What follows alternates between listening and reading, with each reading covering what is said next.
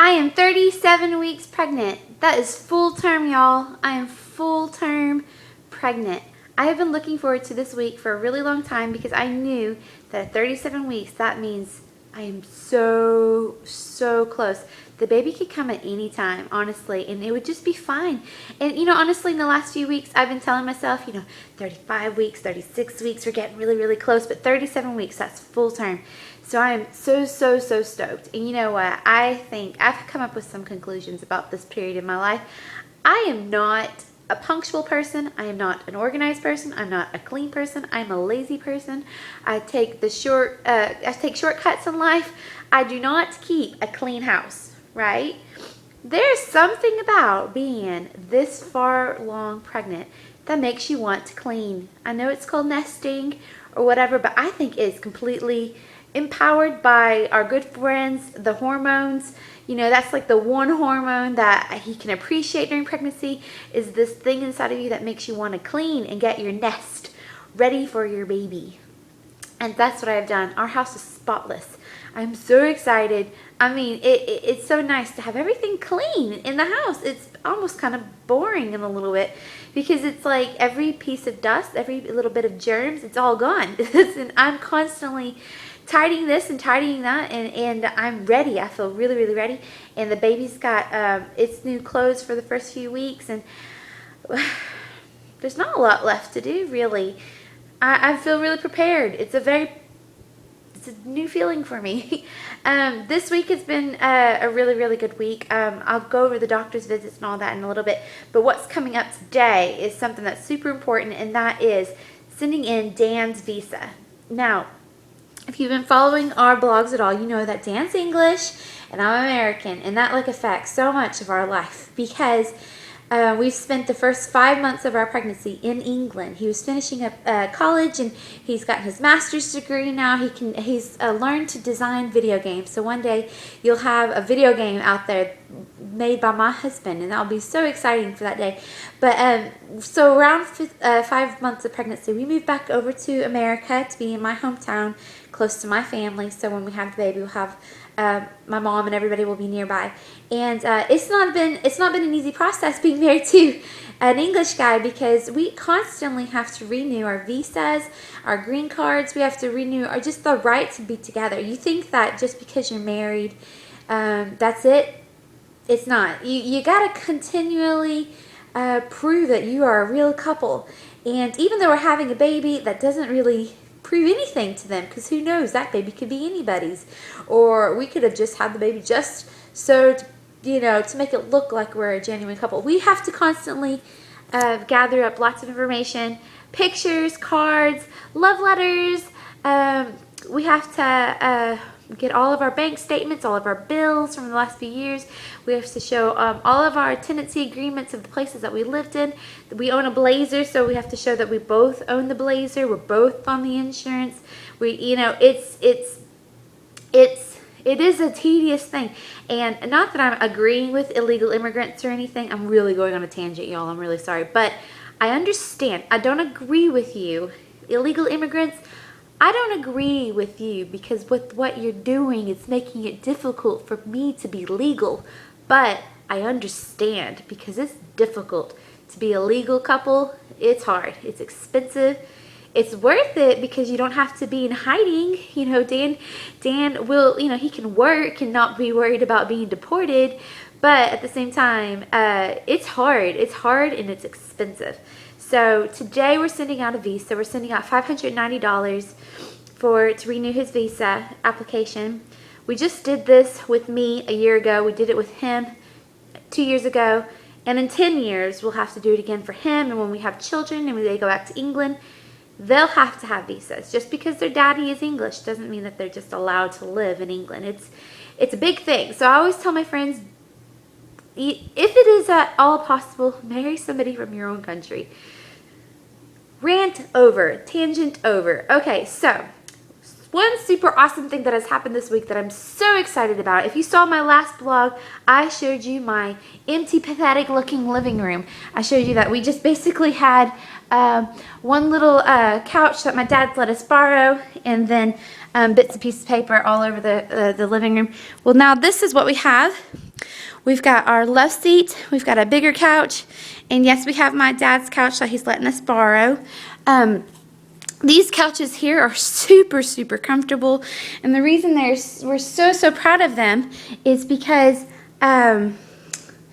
first of all, right, we went to a furniture store, and they were like, yeah, here's our couches over here. You guys want to have a look? And I was like, oh, this is a nice couch. How much is it? And they said $1,300. And I was like, okay, that's a little bit out of our price range. Do you have anything a little less expensive? And they said, no, that's the cheapest couch we own. And we're like, okay, well, I'm a stay-at-home mom.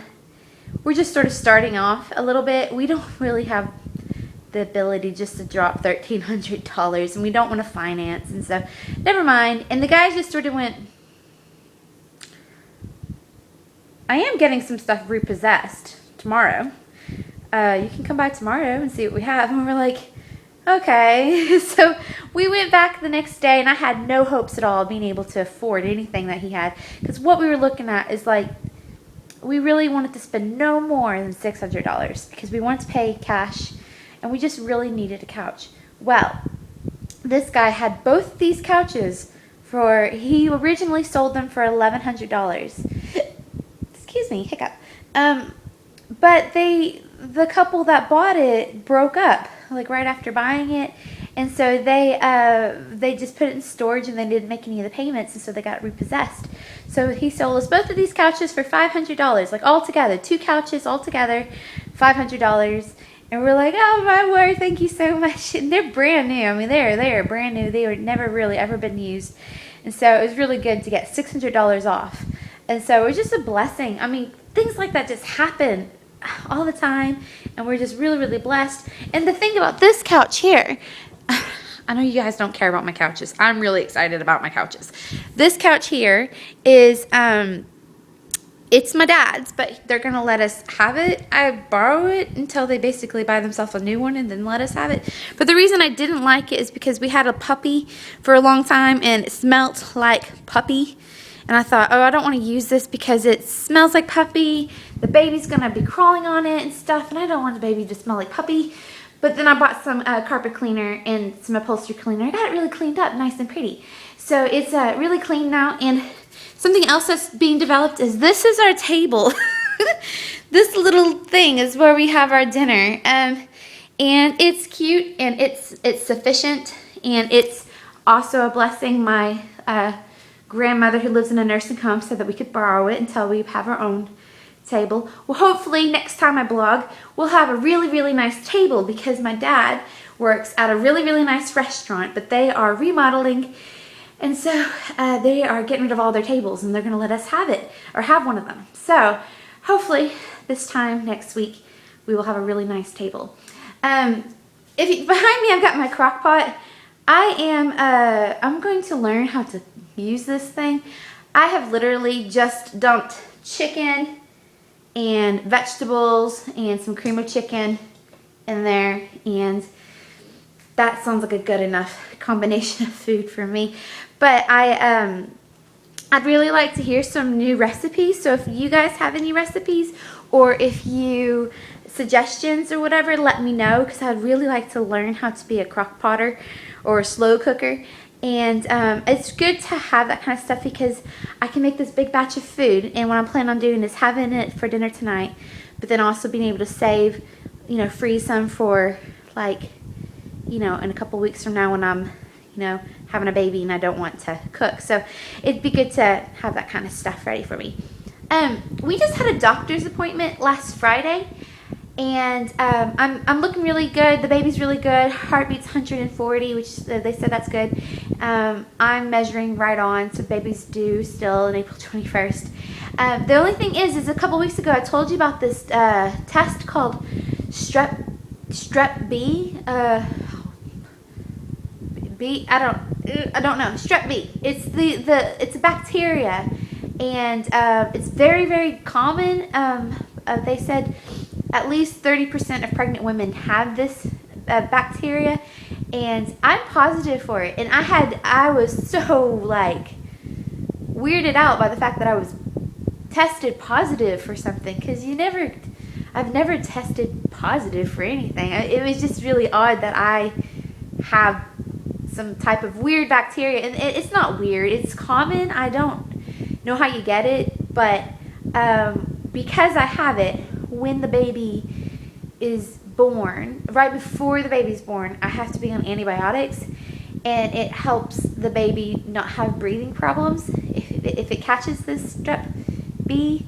I don't really know what to say. I'm a bit like weirded out that I have this thing, but it doesn't affect me. I never knew I had it. No one ever really knows they have it unless they're pregnant, because that's the only time they ever test for it. So you probably have it, so stop judging me. So anyways, so there's really nothing else there's nothing else to do except for wait, and that's what I'm doing. One thing I am going to do is, I mentioned last time, I'm going to get together some presents for Dan. I think this is a really good idea. For every centimeter I dilate, he's going to give me a gift. I'm going to give him a gift, and it'll just sort of get us through that labor. And today I'm going to go out and get a couple of little things for Dan, and maybe next week, hopefully, I'll have it all ready, and I'll be able to show you all the goodies that I got him. So let's do the belly shot. Let's see here. I'm wearing my husband's. Oh, there you are again. Hello. Isn't that weird? Doodle-doodle-doodle-doodle. I'm wearing my husband's shirt and his pajama pants. But this is 37 weeks. Pregnant belly. Pretty pregnant looking. I don't have any stretch marks. It does look a little bit veiny, like on the verge of stretch mark land. But who cares? You get stretch marks, it happens. So yeah, it's just another milestone. I think once you get stretch marks, then you're pretty close. So you should be happy about your stretch marks. So anyways, nothing else is really happening this week. I've got another doctor's visit, so I'll let you know how that goes. Hopefully I'm dilated. Woo, wouldn't that be fun?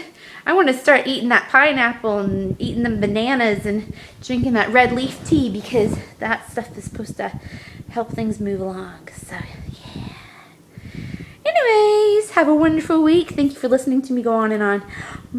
Bye.